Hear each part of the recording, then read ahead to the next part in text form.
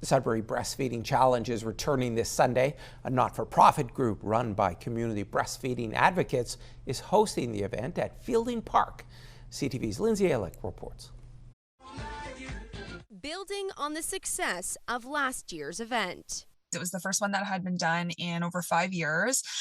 So we really had low expectations, but we ended up having 35 women come out to support the event. We had 13 women that latched on with their babies, whether that was latching on to the breast or onto the bottle with exclusively pumped milk. The challenge will precede the annual Sudbury Community Midwives Reunion Picnic this year in hopes of drawing even more participants. It just seemed to be a nice segue and to alleviate some of the financial burden. So we're hoping that people that don't have midwives feel comfortable coming. Crowder has worked as a midwife in the community for over 25 years, and she says while influence has changed over the years, it continues to have an impact on women's ability to successfully breastfeed.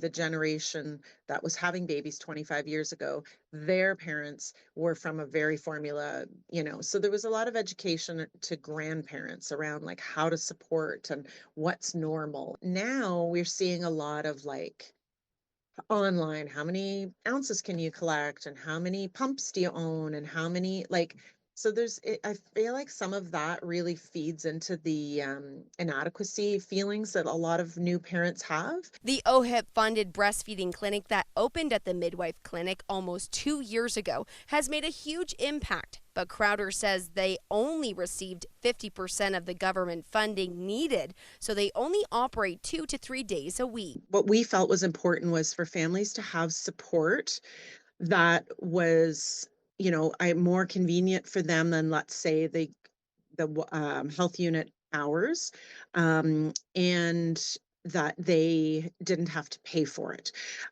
because it should be a right that you have support to help feed your baby. We need to have more government funded supports. We need to have more supports in the hospital and immediately after birth.